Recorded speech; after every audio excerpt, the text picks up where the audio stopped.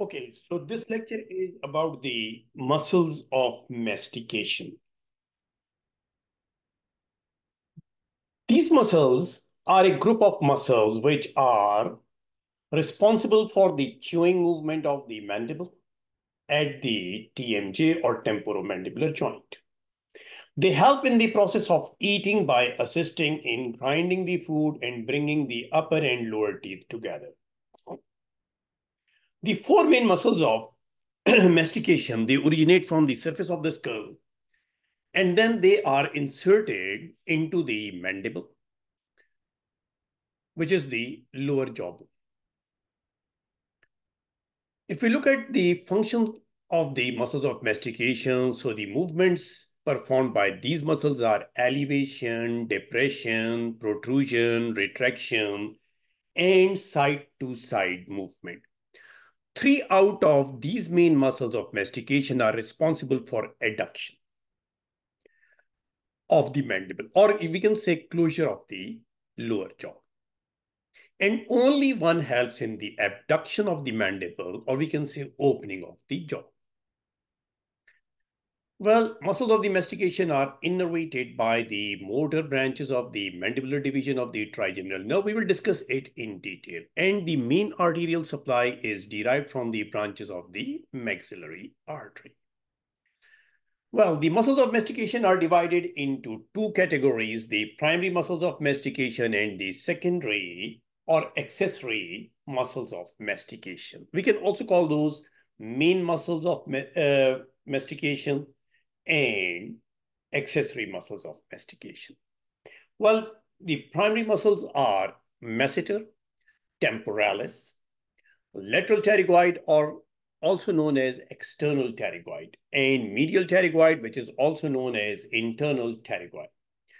Then the secondary or accessory muscles are buccinator, then the suprahyoid muscles like digastric muscle, mylohyoid muscle, and geniohyoid muscle.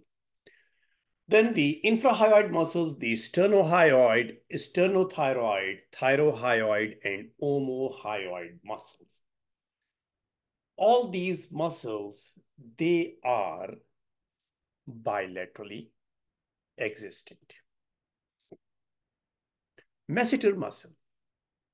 It is a thick quadrilateral muscle which covers the lateral aspect of the ramus and coronoid process of the mandible. It has a superficial as well as a deep portion. The superficial portion, its origin from the maxillary process of the zygomatic bone and the anterior two-thirds of the lower border of the zygomatic arch. Fibers, they pass downwards and backwards, and then it is insertion into angle of the mandible and inferior and lateral parts of the mandibular ramus.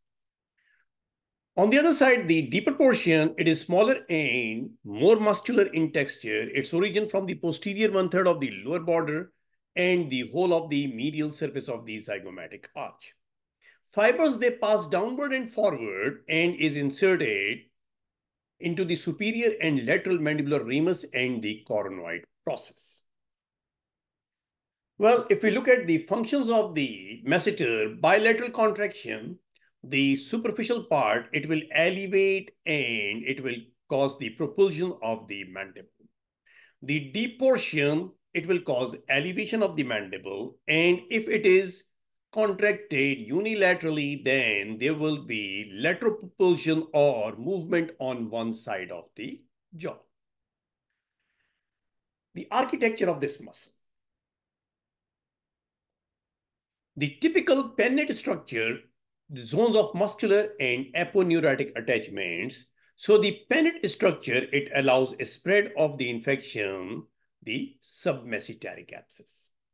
The differential cavity of the muscular planes during masticatory function makes it necessary to respect the anatomic and functional individuality in the diagnosis and treatment of the dysfunctional disorders of the masticatory apparatus.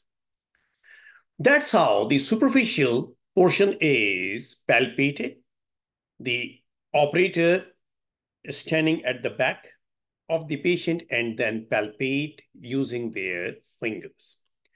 And That's how the deeper portion is palpated. Temporalis muscle. It is a broad, triangular, fan-shaped muscle localized in the temporal fossa.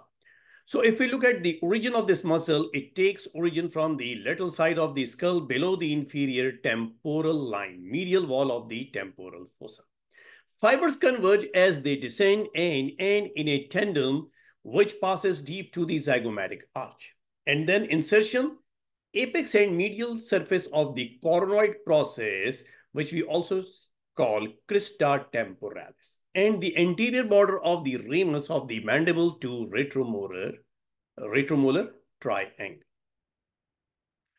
The temporalis muscle consists of three parts: the superficial, the zygomatic portion, and the deeper portion. Well, the superficial portion, its origin, temporal aponeurosis, temporal line, and insertion into the coronoid process of the mandible. We can see it over here. And this is the origin. The zygomatic portion, its origin, superior and medial zygoma and zygomatic arch and insertion into the coronoid process. It fuses with the tendon of the superficial part of the temporalis muscle and with the deepest masseter portion rostally interdigitated with the portion of the deep temporalis part. The deep portion, its origin, bony surface of the frontal, sphenoid, parietal, and temporal bones, insertion into the coronoid process and the ramus of the mandible, just caudal to the last molar, the retromolar triangle. So fibers from deep part interdigitate with the buccinator and the superior pharyngeal constrictor muscles as well. Here we can see the three parts: origin and then their insertion. Functions, well, it elevates the mandible, the anterior part of this muscle. And the posterior fibers, they cause retropulsion, means they pull mandible backward. Well, this is how we palpate the temporalis muscle. This is the anterior portion is palpated, and that's how the posterior temporalis muscle is palpated.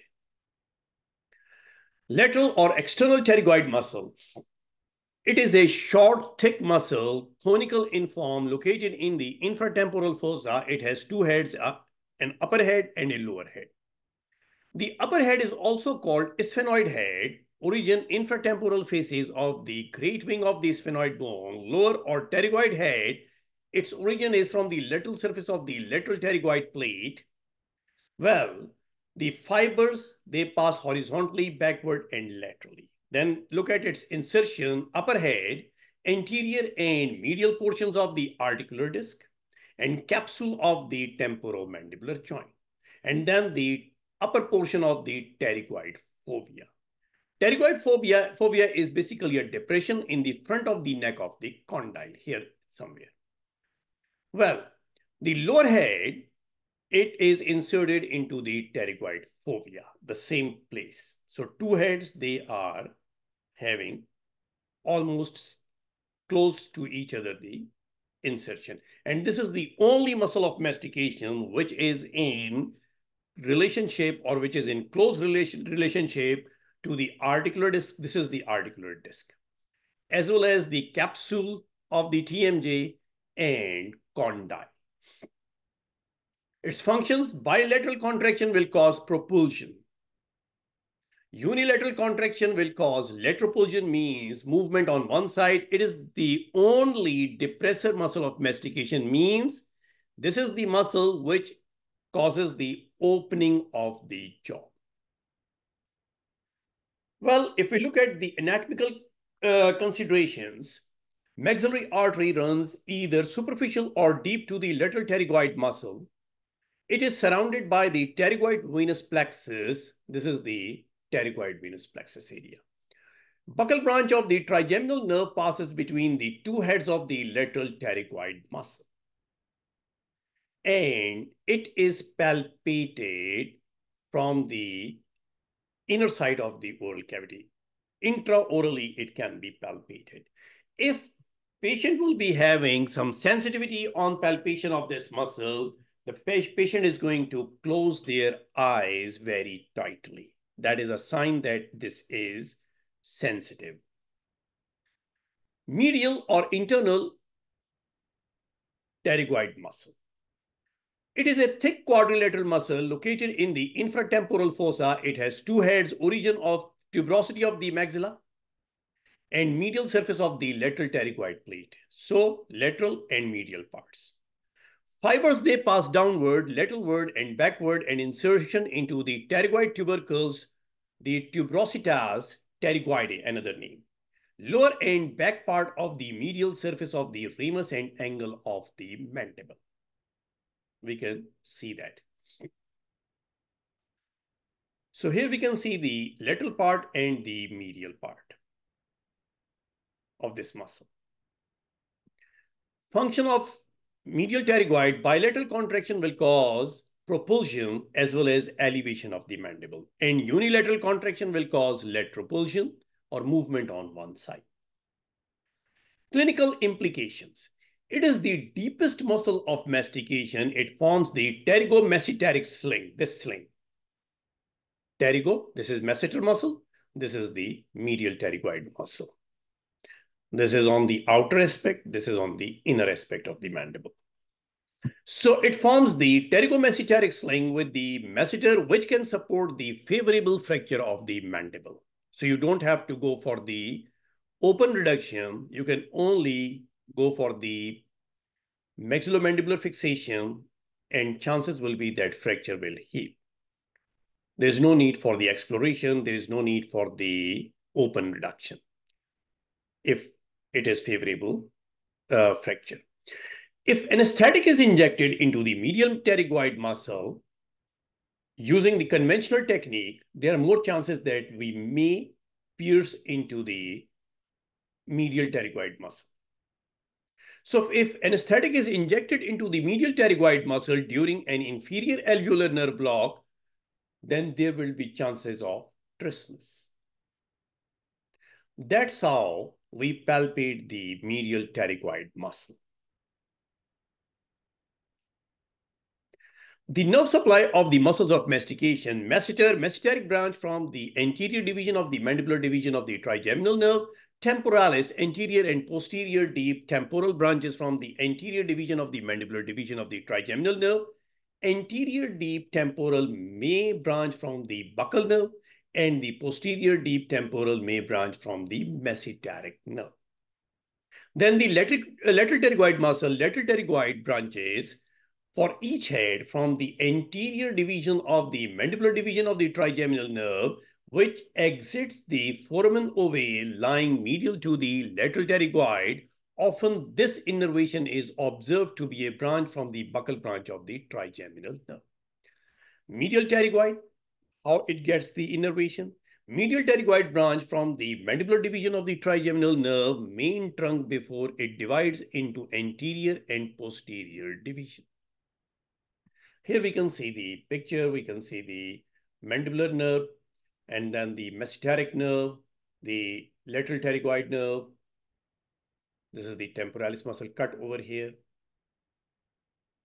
Mandible is also cut to show you the various branches of the mandibular nerve. So over here, we are done with this lecture.